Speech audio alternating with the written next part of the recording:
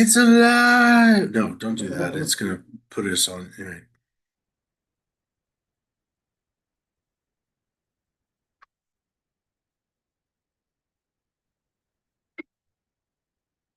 Hey, our friends on YouTube, and people are walking on in. Okay. Yep. Seeing some faces I don't normally see on Yeah. I almost asked you last night and then I got out of there and forgot. Well, Torah alternates with Kabbalah and Talmud alternates with book club. Indeed, indeed. Okay, I'm gonna be sharing my screen. We are in Kings, Second Kings, First Kings, sorry, First Kings chapter 2. That's the confusion. And Was it 518? depending on what book you're in, it might be different. And as usual, we'll offer our blessing for the study of Torah. Baruch atah Adonai Eloheinu melech haolam asher kitshanu b'mitzvotav v'tzivanu la'asok b'divrei Torah. If you say Amen, you get full credit. And we will begin here in chapter 2. So we did get a chance to, is this correct, by the way? Does anybody know is chapter 2 right or? Yeah. Okay, great. So we got through the first chapter, and the first chapter was what, for people who weren't here? It was the mini crisis, right? It's not really a crisis. It gets kind of solved, but it's the succession crisis in a way. It's who will succeed David, which they never agreed on in the first book, with all the rebellions and the second son murdering the first son and then the second son rebelling and then being killed by Yoav. It's a whole balagan, as we would say. And so it became a question of who was going to be the next king. And so the third son was like, clearly it's going to be me because I'm the next son. And he started to do all kinds of, he gathered the elites, and he was very political and very, I don't know. Maybe you would have called it astute if he'd won, but of course he didn't. And Bathsheba and the prophet Nathan get together with David and say, hey, it's time to pick a king, and it should probably be Shlomo. And so Solomon becomes king in front of all the people, and that popular acclaim, and of course, sitting on the throne is a good way to hold legitimacy. And with all of that, everyone abandoned Solomon's brother, and he surrendered himself, and everyone was like, "Oh, it's great." He was like, "You can go home, everyone," and now we've got that. So Solomon let his brother go home, and we're continuing from here. So when David's life was drawing to a close, he instructed his son Shlomo as follows: I am going the way of all the earth. You will be the man in charge if you act with determination. What verse is this in chapter 2? Are you on verse 2? Yeah. Well, you must have a different translation. I have That's a a different- different translation. Yeah, It is. it's close enough for jazz as we. Is yours "be strong and show yourself a man"? Yeah. Okay, some people have that. And Hannah prayed. Yeah. Be strong and show yourself a man and keep the charge of the Lord. No, you're in It's second. Samuel. You're in First You Samuel. said First Samuel. First Kings. First Kings. Yeah. King. Well, I'm First not Kings reading well chapter today. It's just the Still went to translation. Samuel. I thought this Very. does not look familiar. Sorry. So this is yeah, I mean the translation here, this is it more literally is you should be strong, and you should be a man. You will be. It's the plural because it's the vayiktal for tense. And Just not getting there. 5:18. in any event, so the translation directly is like, you should be strong and you'll be a man. But the meaning here is you'll be the strong one. In other words, you'll be the one in charge. Um, and as we understand, especially as we will come to understand Solomon's way of manliness, it has a lot to do with wisdom. And so we interpret this as being him saying, you'll become the kind of man, not just man the way we would normally say that in the Bible, but one full of wisdom and discernment, because that's who the kind of man Solomon needs to be. Okay, keep the charge of the eternal your God, walking in God's ways and following God's laws, commandments, rules, and admonitions as recorded in the teaching of Moses, right?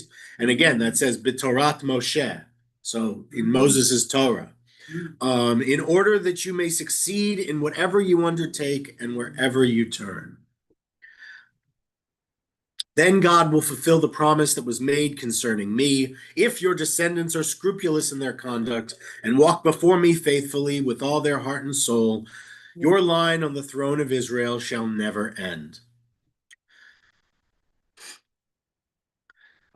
So we get that. We've got this early part is kind of a similar blessing formula in a way, to what we get with the patriarchs and their kids when they'll give them blessings, when they'll speak to them for the final time or so on their deathbed, when they have this important conversation.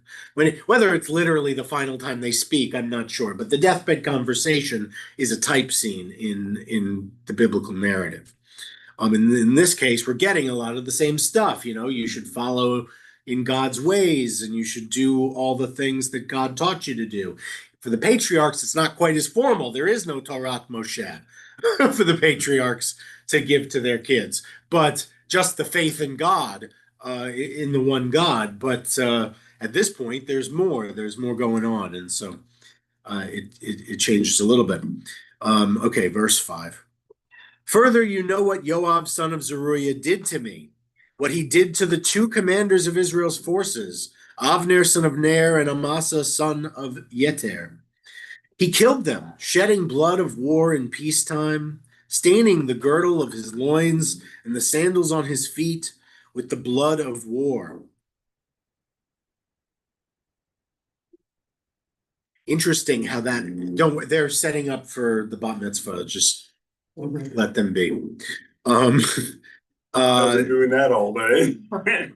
I'm not sure if it'll be all day. Well, Wish they'd done it an hour later, but that's not up to me. In any event, so we're talking here about, we've heard these stories from the last from Samuel, from 2 Samuel, and we have, Avner and Amasa are both people Yoav killed, and the idea here is that he killed them with guile, right? He killed them not during war, not honorably in battle, but when they weren't expecting it. It just, we're just coming in to give some Yoav slander here. We just want to slander Yoav a little bit. Verse 6. So act in accordance with your wisdom, and see that his white hair does not go down to Sheol in peace.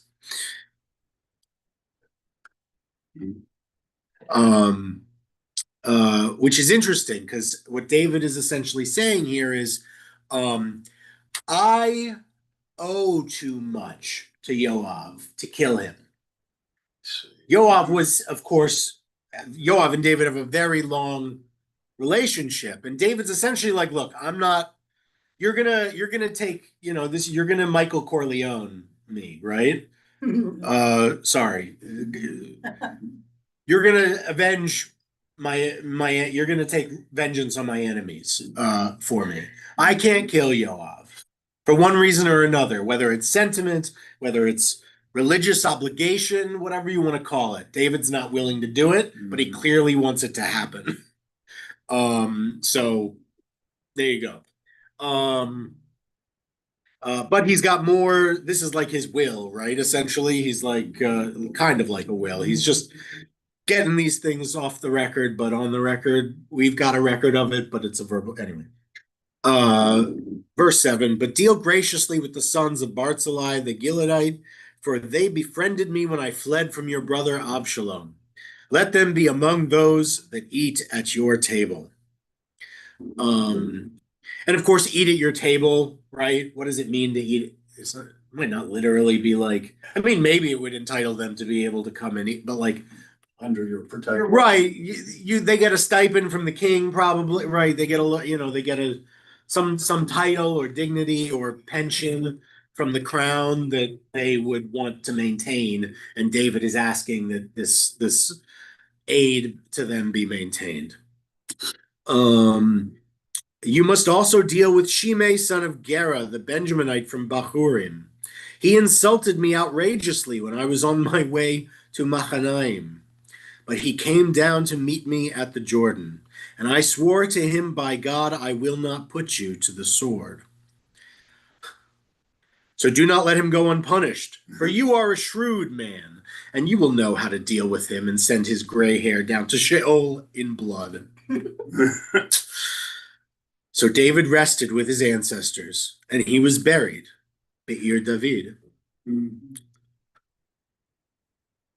This is not the kind of legacy I would wish for David. Yeah. You would hope that he would have the wisdom to die having made peace with his enemies and not to be wishing them ill. That's interesting. Why do you say that? I can see saying to your son, beware of Jack. He betrayed me. Don't let him betray you. But if you've made peace with him, this is kind of stabbing him in the back. That's interesting because if David were a cobbler, I'd agree with you. But David's a king. Yoav has proven to be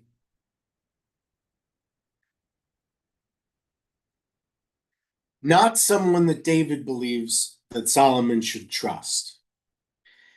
If you're David and you want to see your son succeed, and you believe him to be smart, but maybe not the bravest warrior out there, I think this is exactly what you would say to your son. You would say, you're a smart guy.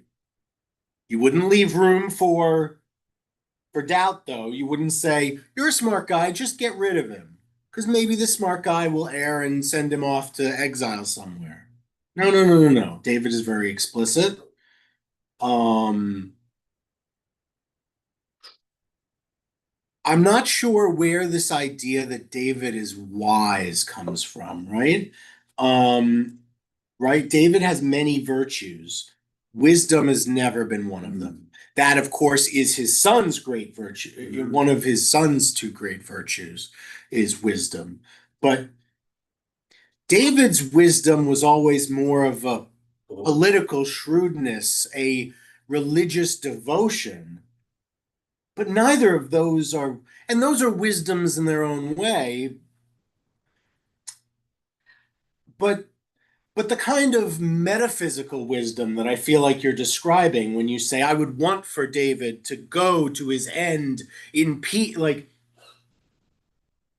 David hasn't gone anywhere in peace basically his whole life. David is, I'm not even sure David would know what to do with it. In fact, the only times he gets it, everything falls apart because he gets too into the peace. He enjoys the wine and the people and the eating and the drink and letting his troops do the fighting. And peacetime isn't really great for David.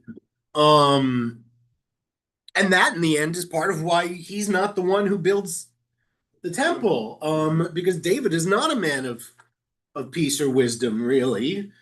David is a man of many other virtues, which are good. Well, He writes well. He's a wonderful singer. He's very beautiful. He has a great emotional intelligence. He he's an inspirational leader. He inspires people to follow him. He's a military genius. He wins basically every battle he fights. All of these are, alone are wonderful virtues and worthy of a king. But that doesn't mean he has to have every virtue. That doesn't mean he could have every virtue. In the meantime, I'm not even sure this is again, I think it's important to remember that kings are not religious figures. Um, and so he's got priorities. He's got other things, he's got stuff. Um, so there are a couple people he wants killed after he's gone. We kind of idealize him then, kind of think it was. Well, yeah. I mean, David is the best king, and he's the progenitor of the line that's supposed to yield the Mashiach. So obviously, we want to, he's the first of that line. So I mean, we hold David up absolutely. Solomon too. They're also a really good king. He's going to do a bunch of bad stuff too, but no human is perfect. We lift them up as examples to have their virtues and learn from their mistakes, but we don't lift them up in such a way as to semi-deify them. I think that's important. The way some people would do in other faiths with angels and things. Like we don't, they're just people, but they're good people for the most part. We believe that their virtues and the lessons that they teach us on balance are positive, even if they're a king from 3,000 years ago, and that's sometimes there are gross things about kings from 3,000 years ago. That's why I don't do it anymore, but I used to love doing the Mel Brooks line because, that's Mel Brooks. Yeah, I mean, the kings. There's inherently corruption in having that much power in one person. We know that. If they didn't know it then, we certainly know it today. Okay, so David. That's the end of David, and David, of course, was buried in the city of David. Very fitting. By the way, if you ever get a chance, if you're in Jerusalem, I've done tours in the city of David, which is over in Silwan, which is East Jerusalem, but that's where the city of David was. So that's where the excavations are. And you can see some really fascinating things from the city of David that they've found and are continuing to find. Okay. The length of David's reign over Israel was 40 years. He reigned 7 years in Hebron, and he reigned 33 years in Jerusalem. And Solomon sat upon the throne of his father David, and his rule was firmly established. Adoniah, son of Haggith, came to see Bathsheba, Solomon's mother. She said, "Do you come with friendly intent?" "Yes," he replied. Or, "Shalom," he replied. So, there you go. And he continued, "I would like to have a word with you." "Speak," she said. Then he said, "You know that the kingship was rightly mine, and that all Israel wanted me to reign. But the kingship passed on to my brother. It came to him by God's will. And now I have one request to make of you. Do not refuse me." And she said, "Okay, yeah, continue talking. Just, you could get at this point when she says, V'tomer alav daber. Right? You can imagine at this point, she said it twice now. Daber. Speak. Say what it is that you wanna go for. He replied, "Please ask King Solomon, for he won't refuse you, to give me Abishag the Shunammite as a wife." Or Shunammite. It's a city, I think. Very well, said Bathsheba. "I will speak to the king on your behalf." So Bathsheba went to King Solomon to speak to him about Adoniah. The king rose to greet her and bowed down to her. He sat on his throne, and he had a throne placed for the queen mother, and she sat on his right. She said, I have one small request to make of you. Don't refuse me. Which is the same thing that Adoniah had said to her. And he responded, Ask, mother, I shall not refuse you. Then she said, Let Avishag the Shunammite be given to your brother Adoniah as wife. The king replied to his mother,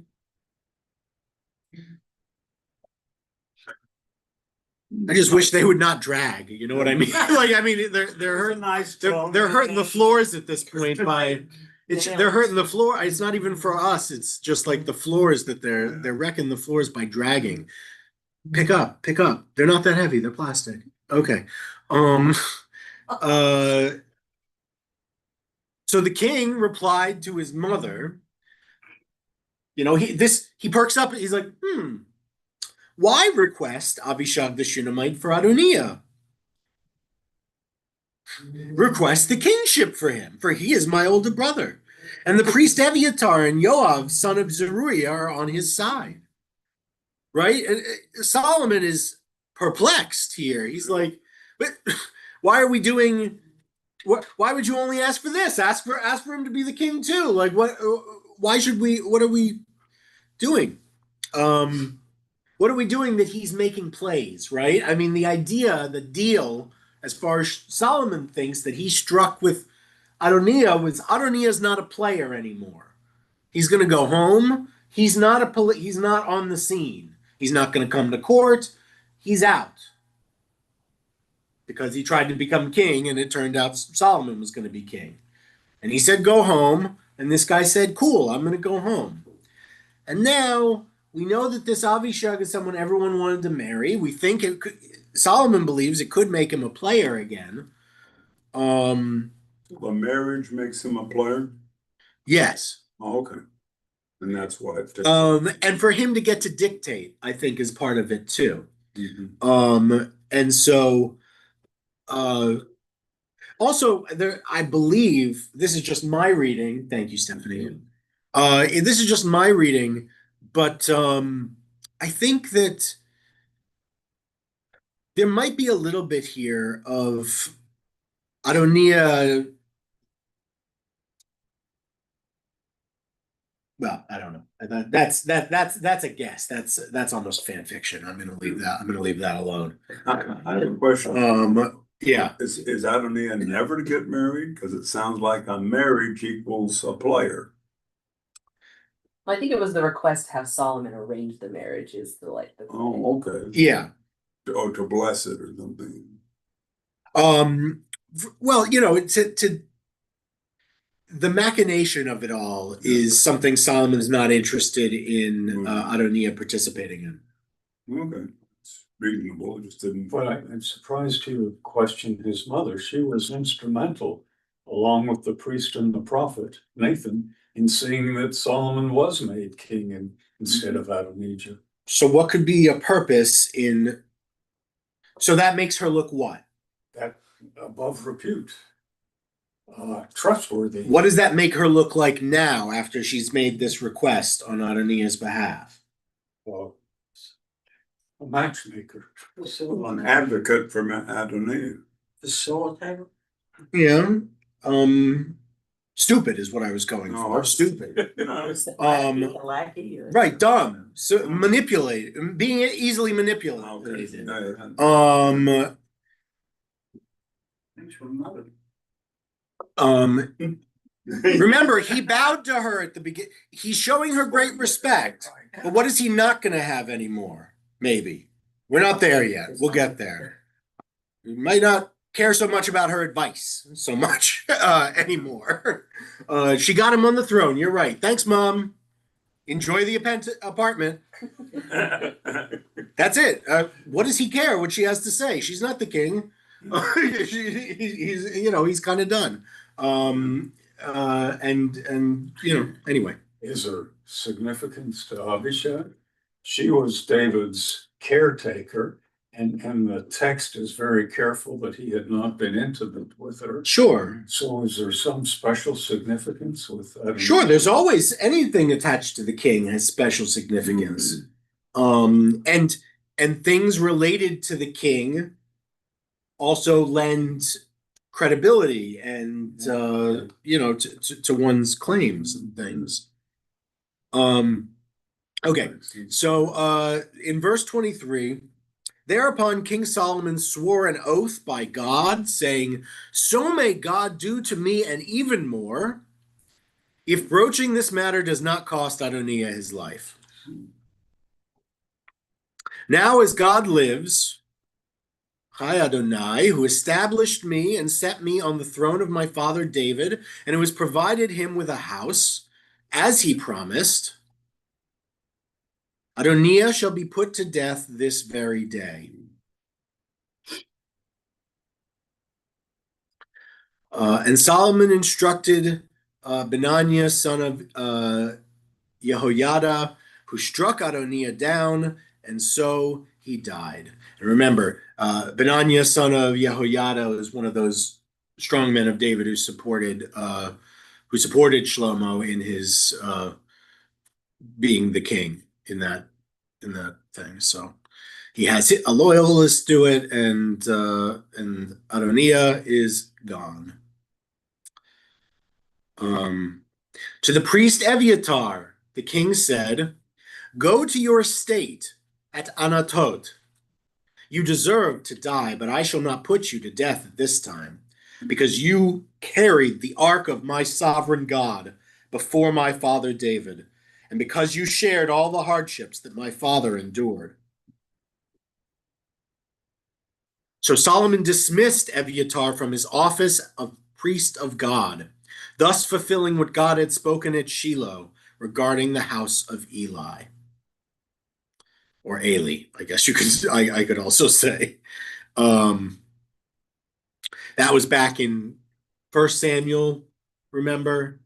And it was that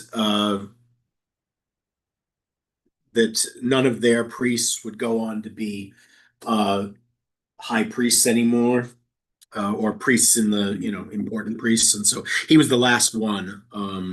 And now, so Solomon sends him away. He's not killing him, but now he's getting his again. This is the scene, right? We got the if the conversation on the deathbed was the orange grove, was Michael and Vito with the oranges in the backyard.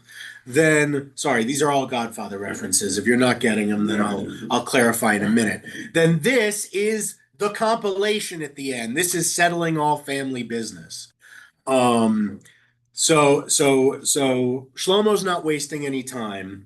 Essentially, if he's now putting into effect removing all the people who threatened him.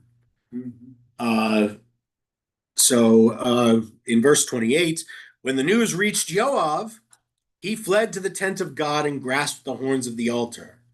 For Joab had sided with Adoniah, though he had not sided with Absalom. King Solomon was told that Joab had fled to the tent of God and that he was there by the altar. So Solomon sent Benaiah, son of Jehoiada, saying, "Go and strike him down." Benaiah went to the tent of God and said to him, "Thus said the king, come out."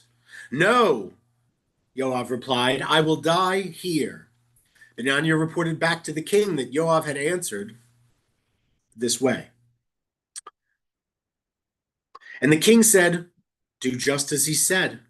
Strike him down and bury him, and remove guilt from me and my father's house for the blood of the innocent that Joab has shed." Right? Isn't that interesting? Right? I tried to read it that way specifically because the commentators believe that he's so level-headed. And like, this is a problem. This was we saw this be a problem with when Adoniah did this to Solomon in the first chapter, right? Adoniah went there and Solomon wouldn't have him killed. To be fair, David was still alive. when it's like, again, Fredo. Okay, it's like that. Wouldn't kill him while his mother was alive, but when she was gone, we're done with Fredo.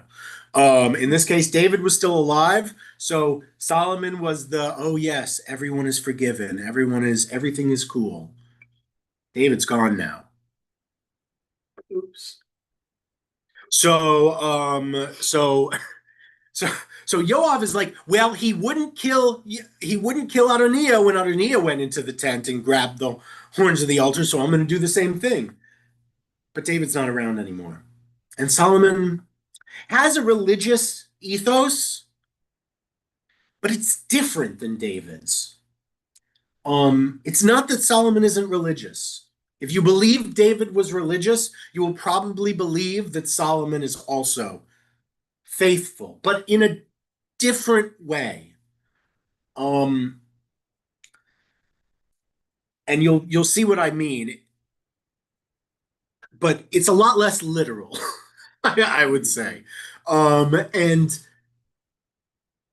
so here you get Benanya, who's a total loyalist. It seems like he's killed people for Shlomo plenty already. He'll do whatever Shlomo tells him to. And Shlomo's like, hey, you should go get him. And he goes, he's in there and he won't come out. He says he's going to die in there. Shlomo's like, okay, I'm done. great. I'm If that's what he wants, oblige him.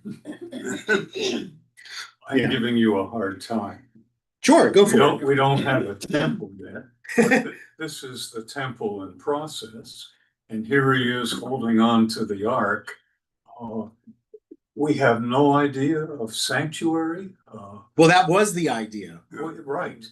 But listen to what he says here. He says, and you will remove the innocent blood that Yoav shed from upon me and from upon my father's house. How are you innocent? How do you? Well, remember, he's citing David specifically says there are two things that Yoav did that he considers murders. Correct. Things where people were either on a mission for the king, they were on a lawful mission, and Yoav killed them, or Yoav was told not to kill someone, and he did anyway. But how do you absolve yourself of guilt by killing on the ark, by killing and doing another sin, a worse sin maybe? But is it a worse sin? Does Solomon think it's a worse sin? No, obviously. Doesn't sound like it. So who thinks it's a worse sin? You. But if Lauren Ruby can't travel back 3,000 years and tell Solomon that it's a bad idea or that it's sinful, who else thinks it's a bad idea? Well, if you did, you'd be in deep trouble. What I'm projecting is The guitar just got dismissed. Yeah, God thinks it's a bad sin, is what I'm projecting. well, Hmm. In But if my God- house, and with my covenant, you would kill somebody holding on to that? He was righting a wrong, he was killing him, putting a murderer to justice. mhm. That's the argument that seems to be the argument he's stating in this verse anyway. And if God put him on the throne, then he has the right to do, I mean. Right. So let's finish with the story of Yoav Maybe here. we don't believe in those morals, but this is, no.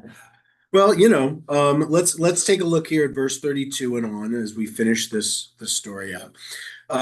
So Solomon is still speaking here. So it's just the blood of the innocent that Yoav has shed. Thus God will bring his blood guilt down upon his own head, because unbeknown to my father, he struck down with the sword two men. Remember I said the two guys, more righteous and honorable than he. Avner, son of Ner, the army commander of Israel, who was only replacing Yoav as army commander of Israel, and Amasa, son of Yeter, the army commander of Judah. May the guilt for their blood come down upon the head of Yoav and his descendants forever, and may good fortune from God be granted forever to David and his descendants, his house and his throne. So Benaiah, son of Jehoiada, went up and struck him down, and he was buried at his home in the wilderness. In his place, the king appointed Benaiah, son of Jehoiada, over the army. What do you know? Yeah. And in place of Eviatar, the king appointed the priest Zadok, who of course was there as part of who served the priestly role in Shlomo's coronation.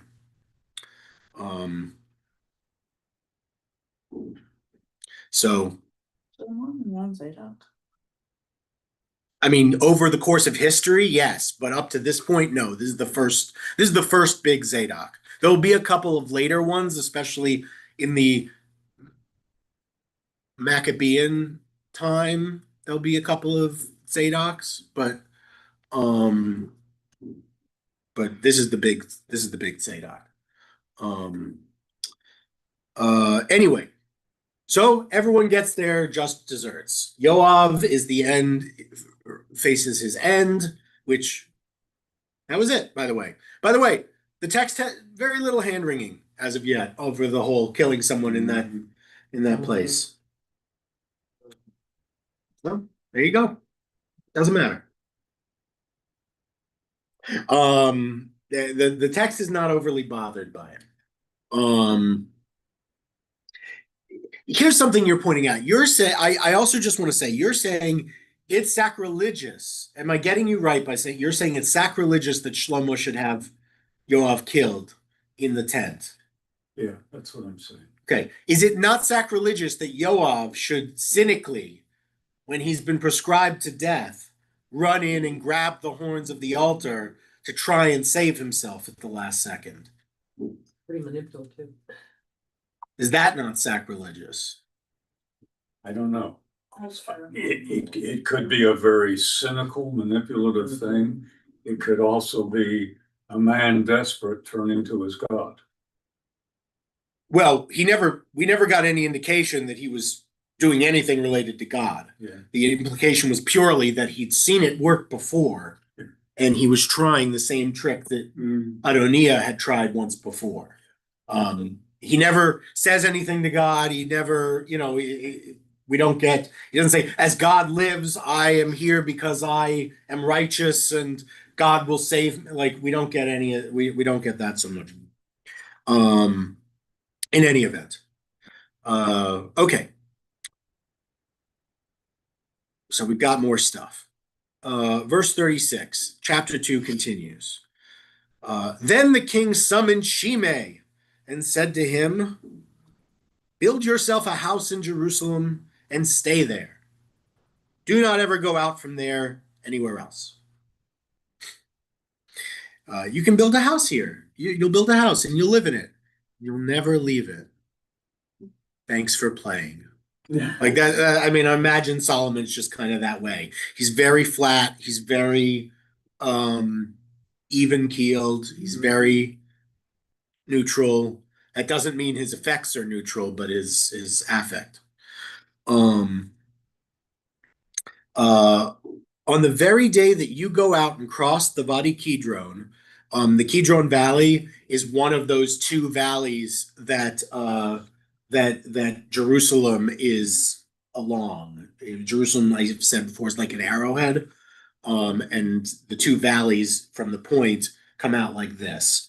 And so one of them is the Kidron Valley. So he's saying if you go over to the Mount of Olives, which if you're in Jerusalem ever, you'll see how close that is. If you cross that, you can be sure that you will die. Your blood will be on your own head. I'm telling you now. We're not going to have another Adoniah thing where I say go home and he thinks that means I can do whatever I want. Right? He's like, no. Very strict rules for you. That is fair, said Shimei to the king. Your servant will do just as my lord the king has spoken. And for a long time, Shimei remained in Jerusalem. Yamim Rabim. Many days, right? For a long time.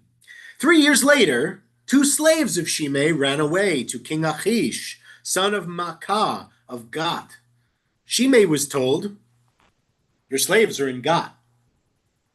Shimei thereupon, as one would do, I suppose, with a threat of death over them from the king, saddled his donkey and went to Achish in Gath to claim his slaves. and she may return from Gat with his slaves. Solomon was told that Shimei had gone from Jerusalem to Gat and back. And the king summoned Shimei and said to him, "Did I not administer an oath to you? Did I not adjure you by God and warn you on the very day that you leave and go anywhere else, you can be sure that you'll die? And did you not say to me, 'That's fair, I accept'?" Like, he's like, "It's been 3 years. I'm a smart guy, but not everyone else around here is as smart as I am," Solomon's saying. "Am I taking crazy pills? Did this not happen?" And he goes, "What is it?" And so Solomon says, "Why did you not abide by the oath before God and by the orders that I gave you?" The king said further to Shimei, he's not really interested in what Shimei has to say in response, but "You know all the wrong which you remember very well that you did to my father David. Now God brings down your wrongdoing upon your own head. But King Solomon shall be blessed, and the throne of David shall be established before God forever." There's a pattern. Who sees it? What's Shlomo's pattern? To let you hang yourself by your own rope. Well, he does And he's something. very verbose about it, right? He does something without asking. Well, I mean, this other guy does, sure, He yeah. didn't check with the king to see if he could do. I mean, he's Right. taking the authority in his own hands and He doing it. expects loyalty, and if you don't give it, you can die. Sure, he's very happy to kill you if you don't listen to him. But more than that, the pattern that he's established here is that in his condemnation of you, he does a couple things pretty much each time so far. He tells them what they did wrong. He tells them about how bad they've been forever. And then he talks about how blessed he is and how good and how established the throne of his father David will be because he's killing them. Justification. Well, solidifying his rule. It does a lot of things, but he's doing the same thing over and over. He's certainly repeating he's saying they're bad and wicked, which is usual. And he's laying it at their feet, and he's saying that his killing of them will be essentially a blessing of himself and of his throne, of his father's house. Donald Trump of biblical Israel. Well, what he's doing, and what he's doing in effect is taking, trying to synthesize into like a sentence. What he's doing in effect is no, I'll come back to it. I lost my train of thought. But I think you all understand. We've been talking about it. So it is kind of, I don't know, there's a cold brutality to it that feels much more emotionless than David's kingship, right? David often played off his passions. He made dumb decisions sometimes just based on how he felt, right? He ended up estranging himself from Michal because he got pissed at her because of what she said to him. Solomon might not have gotten pissed at her. Solomon also might have just had her killed. It's hard to tell. He seems kind of... But he seems to have a rule of judgment, and it doesn't respond to feeling, but to his plans. Indeed. More intellectual than emotional. Certainly. Why put these people to death as opposed to putting them out, so to speak? Dead people can't challenge your rule. And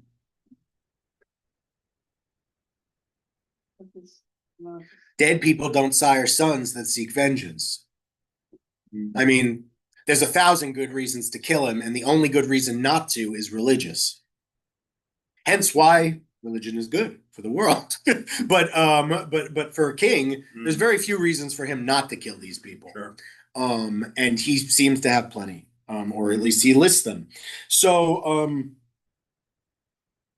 again, the king gave orders, just 46 is the end of the chapter, gave orders to Benaiah, son of Jehoiada, who's now the head of the army, but is still the guy who's executing people personally when Solomon says so. And he went out and struck Shimei down, and so he died. Thus the kingdom was secured in Solomon's hands. I like the fact, Rabbi, that our great people, our biblical personages, are not perfect people. They're not saints. And yet at the same time, I'm struggling with the basic notion is you shall be a kingdom of priests, the city on the hill. And we're certainly not coming close to living up to that. Well, yes, in the desert, we were told to be a nation of priests. And then a bunch of them grubby Jews living in Israel, sorry. Internet, I'm sorry, they're like, oh, we want a king like all the people around us. And the prophet told them, that's not going to go so well. Kings, we're not going to be able to do things the same way. And the people said, we don't care. We want a king. Gotcha. My answer is, this is what you get. There's no other option at this point. Once you've set things in effect, God isn't just going to be like, just kidding, turn it all around, reverse your free will. That's not God's way. They made choices. They're going to live with them. Yeah. At this point, at least, they've got righteous kings for the most part. It's going to get worse in these books. They're going to get unrighteous kings. And it's going to be bad for everyone. But that's what happens when you get kings. Who told them not to have kings? God. But through what? Through Samuel. Through the prophet Samuel, yeah. Because I have people who said, "Oh, how can you?" And it was another friend of mine who's Jewish, and there was just all those killings and all this and that. It's like, and I didn't know enough at that time to be able to have any argument. First of all, this is thousands of years ago, but still, it's that there was somebody that came prior that, and the information you're giving us, Samuel said this, and now, so I appreciate this. So, well, great, excellent. Anyone else while we're in chapter 2? That's wonderful. Do we have anything else just about? So I just want to note here that from commentary, they note that Solomon ascended the throne determined, as David told him to be, and without letting emotions get in his way, he had set about to fulfill his late father's wishes and to proceed as he saw fit. So the view of the commentators, so we'll take it as the traditional view, is that Solomon's actions in this chapter are entirely necessary to secure his reign. In other words, he had good reason to fear these people would betray him again. And therefore, his killing of them was legitimate. But it doesn't raise any emotions in Solomon. He just does what should be done. That is true. It's interesting. It makes him an outlier in his whole family because all of them are extremely passionate. Hot-headed, yeah. Like all of his brothers and his parents. Absolutely. Everyone in his that's a very good observation. Everyone in his family is very hot-headed, very emotional, very impulsive, and Solomon's not. He's not that way. And now he's gonna make big moves because Solomon's gonna be the biggest mover king in all of Jewish history. I mean, except in terms of building. Well, even in terms of building, I think Herod probably takes the cake, but second only to Herod in terms of building, and second to none in terms of except for perhaps David, if you count some of what Solomon gets as David's getting in terms of expansion. Okay, chapter 3. Solomon allied himself by marriage with Pharaoh, king of Egypt, which should be which should be a big thing to start with, right? Right? Vayitchaten, right? And through marriage, Shlomo, and we'll get Vayikach et bat Paro, and he did that.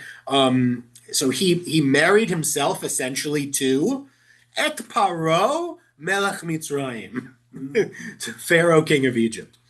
And Egypt was the most powerful empire of the day, still at that time. And so his marriage to the daughter of the king, like it would mean throughout many centuries later and throughout Roman and Egyptian and Greek and European history, it shows that Israel is rising on the scene. They're not just some goat herder kingdom anymore. Now they hold passageways and highways, and they have tax systems, and they hold a lot more land. And so Solomon gets a pretty decent marriage. Remember, up to this point, now we're often like, ooh, we should be endogamous. And it's true, Judaism today is less than it's been in sometimes, but it's mostly endogamous. But this time it's worth noting, David married the daughter of Saul. Saul married someone from among the people. There haven't been any offers from external kingdoms for marriage alliances that we've seen to this point. Okay. So it's a good alliance. Okay. He married Pharaoh's daughter and brought her to the city of David to live there until he had finished building his palace and the house of God and the walls around Jerusalem. So all of these things were being built. There were no fortified stone walls around the city. He was building them. There was no official palace. There was like a fort made of wood. He wanted to build a stone palace. So he was doing that. And of course, he was building the first Beit HaMikdash, or Beit Adonai, it says here still, a house of God. So she moved there, she lived in this house, and then when he finished the palace, she lived in the palace. The people, however, continued to offer sacrifices at the open shrines, because up to that time, no house had been built for God's name. Right? So up through all this time, you've been allowed to have private altars, since it said in Deuteronomy that until there was a set place for offering sacrifices, you could fudge it. You could do it basically anywhere. So people really took advantage of that. They'd put it, if they had a nice size house, they could do one in their backyard. You could have your own altar, which was probably a lot more convenient, but also probably not overseen by a priest because it's in your backyard. So we're gonna nationalize the altar industry is what's gonna happen under Solomon, and everyone's gonna have to go to the one altar in Jerusalem. Which some people are not going to love. They'll never love it. They'll keep hating it forever. Verse 3, and Solomon, though he loved God and followed the practices of his father David, also sacrificed and offered at the shrines. This is a criticism of Solomon. It's not a sin, but Solomon is saying he could have finished it sooner had he not been content with the situation with the private shrines. So it's a little criticism, little baby criticism of Solomon.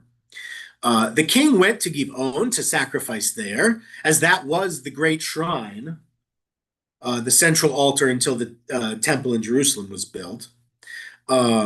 Solomon would offer up 1,000 burnt offerings on that altar. What were the burnt offerings? There were various burnt offerings. From the Torah, you can read about them. Burnt offerings of free will, which are votive offerings, sin offerings, meal offerings. There are a couple different categories of offerings on the altar. Not just Well, so there's grain and oil is one, birds is another. Obviously, when you get to oxen is the biggest, and sheep is lower than oxen, so there's like a ranking. And certain things are good for certain offerings. Like for certain ones, you only have to do like a grain and oil offering, which another way of saying that is bread. right? Because they don't just take grain, fire, oil, fire, right? They mix them together into a cake, and then they put it in fire until it's cooked, and then they take it out. So it's like flour oil cakes, but so there are different levels. There are the vegetarian option is the least good, not the least good, the lowest level, then various levels of meat options essentially. But he did 1,000 because he was so close, right? He loved to sacrifice there, and that was the biggest one. So of course the king would go to the biggest one. At Givon, God appeared to Solomon in a dream by night, and God said, "Ask, what shall I grant you?" Solomon said, "You dealt most graciously with your servant, my father David, because he walked before you in faithfulness and righteousness and in integrity of heart. You have continued this great kindness to him by giving him a son, to occupy his throne, as is now the case."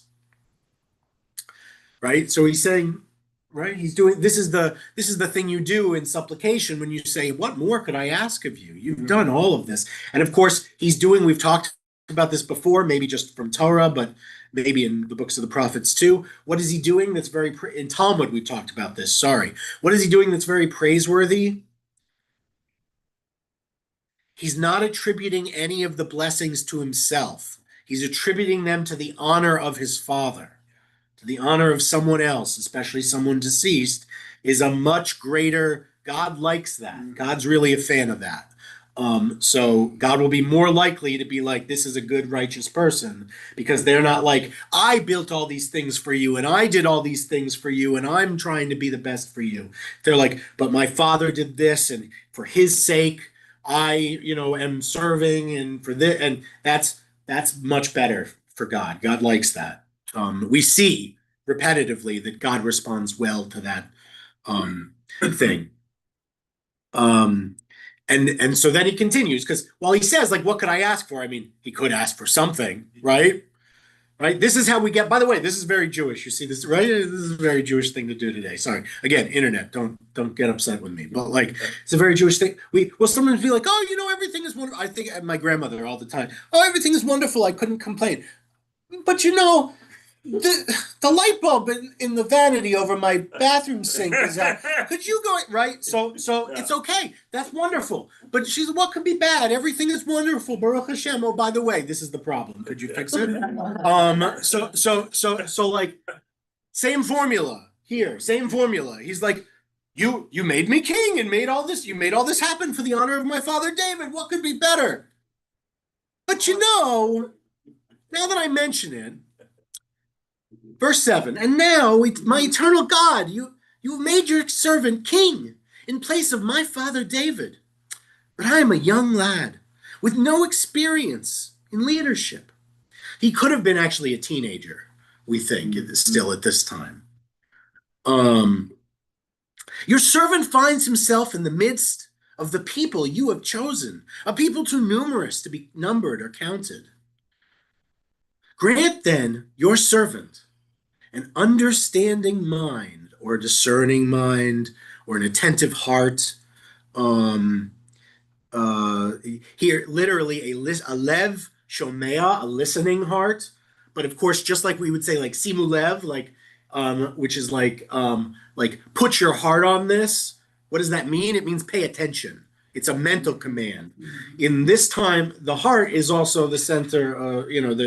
Anyway. So when he's saying a listening heart, we're really hearing here understanding mind, discerning. Give me discernment. Help me to always know. What's he asking for, people? What's Solomon known for? Wisdom. Wisdom, yes, of course. Solomon is asking for wisdom. So grant your servant a discerning mind to judge your people, to distinguish between good and bad. For who can judge this vast people of yours? Right? He says profound wisdom is required in order to judge such a large and diverse population. And then in verse 10, pleased that Solomon had asked for this, or even better, Vayitav hadavar be'enei Adonai. The matter was good in the eyes of God, that Solomon had requested this. God's very happy about this request.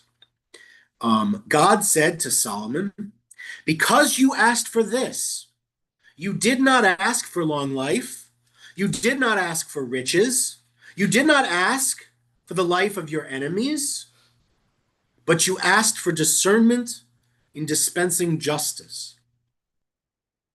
I now do as you have spoken. I grant you a wise and discerning mind. There has never been anyone like you before, nor will anyone like you arise again. Who else do we get? There's only one other person that's described this way. Who is it? Moses. Yeah. Moses. Oh, Moses. Moses. Yeah. What do we say in it made it into Maimonides' Articles of Faith. Lo kam Yisrael ke Moshe od. There won't arise in Israel again a prophet like Moshe.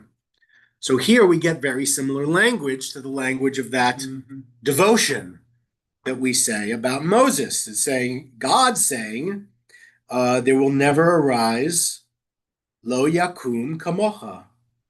There will never arise one like you. So he's going to be the wisest. He's the wisest that we're going to get. And what's even better for not just him, but for all of us, verse 13, also I grant you that which you did not ask for, both riches and glory all your life, the like of which no king has ever had. And I will further grant you long life, if you will walk in my ways and observe my laws and commandments, as did your father David. Riches and honors are granted unconditionally. The long life thing, though, is conditional. If he doesn't walk in his ways, he'll be like, cool, you'll be rich and honored all your life. But if you don't do good, then the life will not be long. Like next week. Do we have a deal? Right? I mean, right. He's like, you could be rich and honored for 6 days if you want. Or forever. It's up to you, right? He's like, so it's a good deal. It's a good deal from God. He makes him the most discerning, rich and honored, and he'll live for a long time, so long as he walks in the ways of God and observes God's laws and commandments, at least as good as David did. As did your father David. And we all know David flubbed it a little bit occasionally, but God loved him, so it was okay. God was like, It's like, I have this golden retriever, and that dog can step on my foot, and I'm like, is such a pretty baby. And so that was David for God. He was like, he's so pretty. I like him. He's my pet, right? And he's like, he's my guy. I like this guy. He's so pretty. And so that was David and God. And now we've got Solomon, and he's like, okay, great. And once again, Solomon awoke. It was a dream. No, he wasn't really talking to God. Why? Because he can't. Because only Moses talks to God, right? He doesn't. He can't. You can get signals, but he didn't have a conversation with God in the same way Moses did. But he had this dream and he communicated with God. So there's a distinction that's important there, at least a religious distinction. Okay. So Solomon awoke. It was a dream. He went to Jerusalem, stood before the Ark of the Covenant of the Sovereign One, and sacrificed burnt offerings and presented offerings of well-being. And he made a banquet for all his courtiers, right? Because whenever you do sacrifices, again, the good thing about sacrifices is you get to eat. It's like going to you might not be a good cook, especially because you rarely get to cook meat, and you're probably not that good at it because we don't have like knobs and stuff to adjust flames. But these priests are experts at it. So like you go there, you bring a little salt, you bring a little pepper. No, it's good because you want it to smell good for God, right? So you're allowed to season it, essentially. And then after it's turned to ash, which just means it gets crispy around the edges, which I'm okay with that on my steak. You can still get it medium rare and have it crispy around the edges. And then they go, okay, here's your brisket. We cooked it.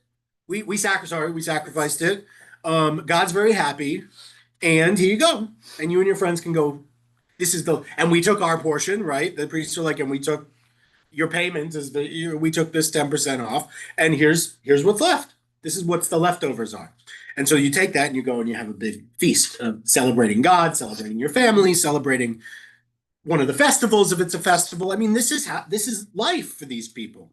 And this is big important times. And so even for the king, he's like, this was so impactful on me. And he got all of his courtiers and all the people who work for him, and he brought them all down there, and he brought a bunch of big animals that they'd never get to eat unless they were rich. And he had them all done perfectly, and then they all got to eat. It's a nice banquet. I try and give you the sense of the festiveness of this, because these people lived full lives and would have been excited for stuff like this. This would have been a real treat for his courtiers. So, you want to you want to see what he's doing here, not just in terms of dollars and cents, but in terms of the impact it has on people. Okay, verse 16. Az tavona, tavona, that means multiple women did something. Shtaim nashim zonot, Later, 2 prostitutes came to the king and stood before him. Now, this is that story, by the way, in case you're not, spoiler alert, warning, trigger warning. There will be potential baby mutilation, but not quite. Anyway, sorry, I'm ruining everything now. Okay, verse 17. The first woman said, the 2 prostitutes come and stand before the king. The first woman said, please, my lord, this woman and I live in the same house. Yeah, okay. And I gave birth to a child while she was in the house. On the 3rd day after I was delivered, this woman also gave birth to a child. We were alone. There was no one else with us in the house, just the 2 of us in the house. During the night, this woman's child died because she laid on it. She arose in the night and took my son from my side while your maidservant was asleep, and laid him in her bosom, and she laid her dead son in my bosom. When I arose in the morning to nurse my son, there he was, dead. But when I looked at him closely in the morning, it was not the son I had born. The other woman spoke up. No, the live one is my son, and the dead one is yours. But the first insisted, no, the dead boy is yours. Mine is the live one. And they went on arguing before the king. The king said, one says, this is my son, the live one, and the dead one is yours. And the other says, no, the dead boy is yours. Mine is the live one. So the king gave the order, fetch me a sword. A sword was brought before the king. And the king said, cut the live child in 2, and give half to one and half to the other, since there's no way to tell which woman is telling the truth. But the woman whose son was the live one pleaded with the king, for she was overcome with compassion for her son. Please, my lord, she cried, give her the live child, only don't kill it. The other insisted, it shall be neither yours nor mine. Cut it in 2. Then the king spoke up. Give the live child to her, the woman who reacted like a mother immediately upon my suggestion, and do not put it to death. She is its mother. When all Israel heard the decision that the king had rendered, they stood in awe of the king, for they saw that he possessed divine wisdom to execute justice. There's something important about this, I think, that's reflected from the judges period. There was a time where they had leaders they believed spoke with divine influence, with divine wisdom to execute justice and to render fair decisions. And this is kind of a revival of that in some ways.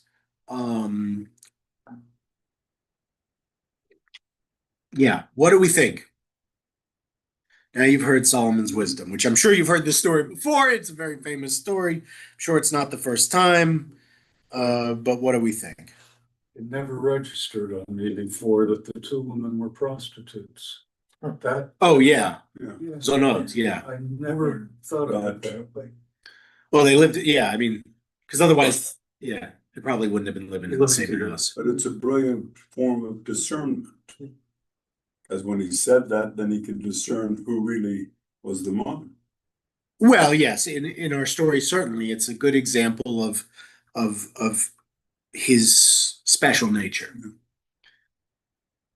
And it probably solidified his reputation as being wise throughout the community. Well, that's indeed what it says here. They saw that he possessed the wisdom to do it. Even if it was not indeed her child, is she not being rewarded for decency and love and all that kind of stuff? I mean, I guess you're right. If it turned out not to, if he was wrong, then he'd be wrong. But the idea, again, here at the time, the psychological point the Torah is making is probably profound. Today, it sounds a little trite, probably, but only because it's been said a billion times. At the time, it hadn't been said a billion times, so it was probably much more profound. To us, we're like, oh, well, what if it's this? What if she's not? What if they... But like at the time, this story is original, or at least nearly original.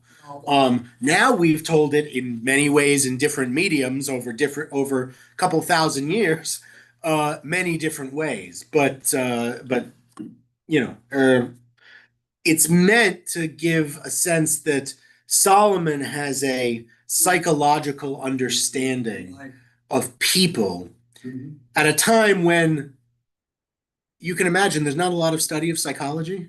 So there's not a lot of understanding of motivations and manipulation. And I mean, again, I can only imagine how much less aware of all these things human beings might have been thousands of years earlier in our development. How much less good at that thing that goes off in your brain when someone is being dishonest or someone is being manipulative or someone is being... I'm not sure the level to which we had those social alarm bells in our heads. They're not all alarms. Some of them are, how do we know someone is upright or trustworthy, or, you know, the same things that go off that make you think something. I don't know when we developed all of these things. So there's a chance that he really seemed super special to people purely based off this story. But it's a good story. If you're going to give one story that tells why he's smarter, more able to discern than others, this is a great story for that. Because it really, it deals with life and death. It deals with the top level thing. He's very even keel. It looks like he's a crazy guy at first because he's like, I'm going to chop this baby in half, which, whoa, like if you stop the story there, if it ended with, and he did.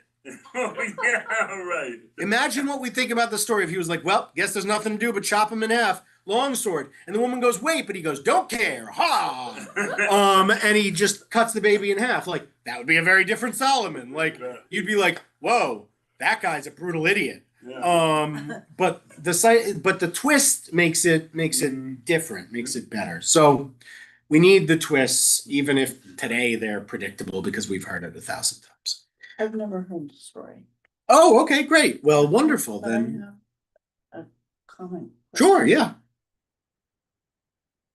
Do you think that he used that dramatic statement, let's just, as Yes. a reason to get a true answer? Yes. Yes, the text is clearly implying that it was a wisdom play. He knew that the way to find out the hidden answer, which there was no way to torture them into the right answer, theoretically, except he believed that a mother wouldn't want to see the kid die. Yeah. But the other mother, her kid was already dead, so she's like, okay, I guess we both lose. That was his thinking. Well, That the one who had a dead kid might suffice it, whereas the one who saw the child alive would do anything to see the kid stay alive, including allow the other woman to take it. In which case he said, "Nope, okay, give it to her. She's the real mom." But it was a play. He was never going to kill the kid, is what you're meant to believe. If they just both collapsed on the floor crying, I believe you're meant to believe he would have said, okay, the sword thing didn't work. Go away. Like, it's like, okay, that's dumb. It didn't work. Like I messed up, but it did work. So he's like, haha, classic. Like classic Solomon. Yeah. This is a little like Abraham, and God asking Abraham to kill his son. That's an Then interesting. he didn't. He said, no, I just wanted to see. That's an and have interesting the question. Experience that he would do whatever. It's an interesting question, Stephanie, because I'm sure here that Shlomo doesn't plan on murdering this child with a sword. I'm not sure exactly. I think God had to have, not that God intended for Isaac to die, but God had to intend for Abraham to actually do it in order to test Abraham. The test had to be real. Right. That Abraham had to be willing. So I believe Abraham was willing to do it before God intervened. Do I believe God intended for Isaac to die? No. And God always was going to have the angel come in and stop him if Abraham got to that point. But God also had to make Abraham believe it. In a way, Solomon may also have had to make them believe it. But I think just the guy walking up with the sword was probably enough. Again, what have we seen of Solomon so far at this point? When Solomon calls for his sword, heads roll. I mean, there's one thing if there's a couple things we know about this guy in the top 3 is he likes to have people killed. It doesn't bother him anyway, even if he doesn't like it. He's certainly willing, if he thinks it's the right thing to do, to kill people. And he uses that here to his advantage. He's known, Free Freud. Another nice touch is that they were prostitutes. He valued, demeaned women, but the point is being made that they're capable of love, of maternal love. And the other woman wouldn't mind, give the child to me and I'll have him cut in half. Well, she was just like, you can cut him in half. She wasn't giving him, if he was willing to give the kid to her, she just said, great, give him to me and I'll keep him whole. But when he wasn't willing to do that, she said, fine, you can cut him in half. She's like, okay. She was like half walking out of the room. She was like, okay. All right, I missed my chance on stealing this kid. But it was anyway, so it's a little different than that. Rabbi, I'm sorry, my mission this morning is to give you tsuris. Cool. But you got me thinking of the story of Abraham and Isaac. What do we think how would God have responded if Abraham had said to him, I can't believe that you're my God. My God would not ask for human sacrifice. Well, I think the point is that Abraham didn't failed that test because he didn't argue back. I think Right. So It's interesting. Well, because he argues back at every other point for human life, but when it comes to his son, he doesn't. And so and I think God doesn't speak to Abraham again after that point. So it seems to me, at least, that he failed. It very much could be. There are some who believe that Abraham was supposed to say something and was supposed to not go along with it. That certainly squares a circle, circles a square. It definitely makes clean the discomfort with Abraham's willingness to kill. Another perspective is that Abraham believes that he's willing to circumcise his people, that this belief in this religion doesn't necessarily pass through people. And so that Abraham might be willing to see a people larger than his own line. And that's why Abraham's willing to go along with it. And then there's also the old zealous take, the old standby zealous take that Abraham is a man of God. He believes that he should do whatever it is God tells him. And if God tells him, there must be a good reason. And while that's not satisfying, I don't think it can be discounted because Abraham lived a really long time ago, and I'm not sure we could totally understand him, but as a character, I still think that lens, that's an important, maybe not a good flaw, it's an important flaw for him to have. Yeah. Right? Because Abraham's not perfect. He doesn't always speak up. Sometimes he doesn't. Um, yeah. In any event, I think here Solomon is showing a kind of wisdom God had in the Akedah that Abraham couldn't have had because he was just a guy. But and that further shows just how special this gift that I mean, it really means something that there's not going to be anyone like Shlomo. Even the prophets, even Moshe, when the daughters of Zelophehad ask Moshe about their inheritance, Moshe doesn't say, I know the right thing to do. Moshe is perplexed. He goes to God because he's like, I don't know. I got no idea. Shlomo would have had the answer because Shlomo has a gift Moshe didn't. But the kind of wisdom in justice, specifically in justice, that is almost like he doesn't have to make that cellular connection. He doesn't have to make that connection. He just has it. It plays locally. It's downloaded already. Not all of God, God forbid, but this divine justice wisdom, this ability to discern in matters of justice, is not something no other person, prophet, king, whatever, priest, has ever been able to just have this, except for Solomon. So it's special. It's really special. And as we said, Abraham didn't have it. Neither did Isaac or Jacob or Moshe or Avram not Avram. What's his name? Aaron. Or any of the Joshua or none of them. Yeah. He marries the daughter of the king of Egypt. Yeah. Is that a return to Egypt in some ways?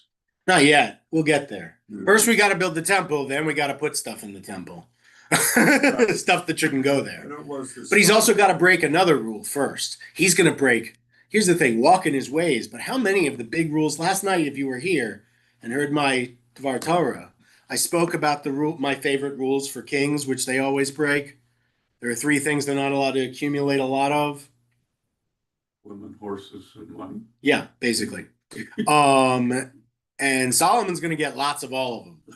He's going to get lots of gold. He's going to get lots of horses, and he's going to get lots of wives. Solomon will famously have 1,000 wives, right? He's supposed to have 1,000 wives and concubines, which is why he had to build such a big palace. I mean, if the palace wasn't big, people are always like, "Oh, why is the palace bigger than the temple?" Well, temple doesn't have to hold 1,000 women. Yeah. This place has to hold. Right, and their kids, and Solomon, and some of his courtiers who live there, and all the guards and stuff. It's a big complex. Assuming an equitable distribution of male females, that means a lot of men are going to go without having a wife. If someone has 1,000. Well, but they also get wives from, like, he gets a lot of them from out of the country. He imports a lot of wives, which is also a problem he runs into because he takes all their gods to make them comfortable. He's being nice to them, but to make them comfortable, he takes all their idols and puts them in the temple alongside all the stuff we have, and God gets real mad about that. He doesn't like that. But politically, he's making a lot of alliances. Sure, it's very important for him. And they all come with dowries, which is also, again, not supposed to accumulate too much gold, but it helps because he's got to buy a lot of cedars from Lebanon and whatnot so that he can build the temple. I'm just saying, like, he's got a lot of international trade for the first time in Israel's history. But he didn't have to worship their gods, but he did later. And that was a choice. Sure. Maybe we all it have was choices. political. Maybe he felt he had to keep the alliances going. Sometimes it is political, but you still got to do the right, and that will be a thing we bump up against throughout all of Jewish history up until today. How does a Jew maintain a Jewish lifestyle, in this case, a Jewish kingdom, while engaging with the rest of the world, while having international trade, forming alliances with other countries. Now that Israel is in the world sphere, now that Solomon is king, what changes for Israelites? What changes for our people? They have diverse relationships with other cultures. Sure, but we are in many ways an insular culture, a culture designed to not avoid change entirely, but certainly to resist it and certainly to resist outside influence. Mhm. Of course, The key point is never to be influenced by outside influence. The rabbis will even institute so many things. I'll say it. The rabbis will even institute minhag akum, which means if there's a Jewish custom that you practice and you live in a country where non-Jews also practice it, you stop practicing it. To not so that you can draw a distinction. Yeah.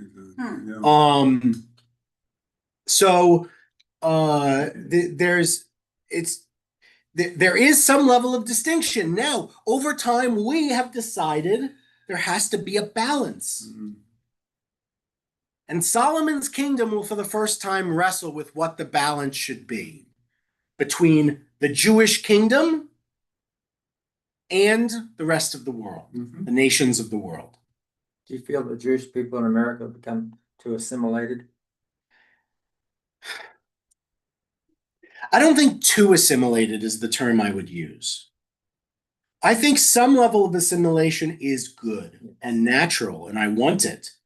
And are there people who have assimilated the wrong things?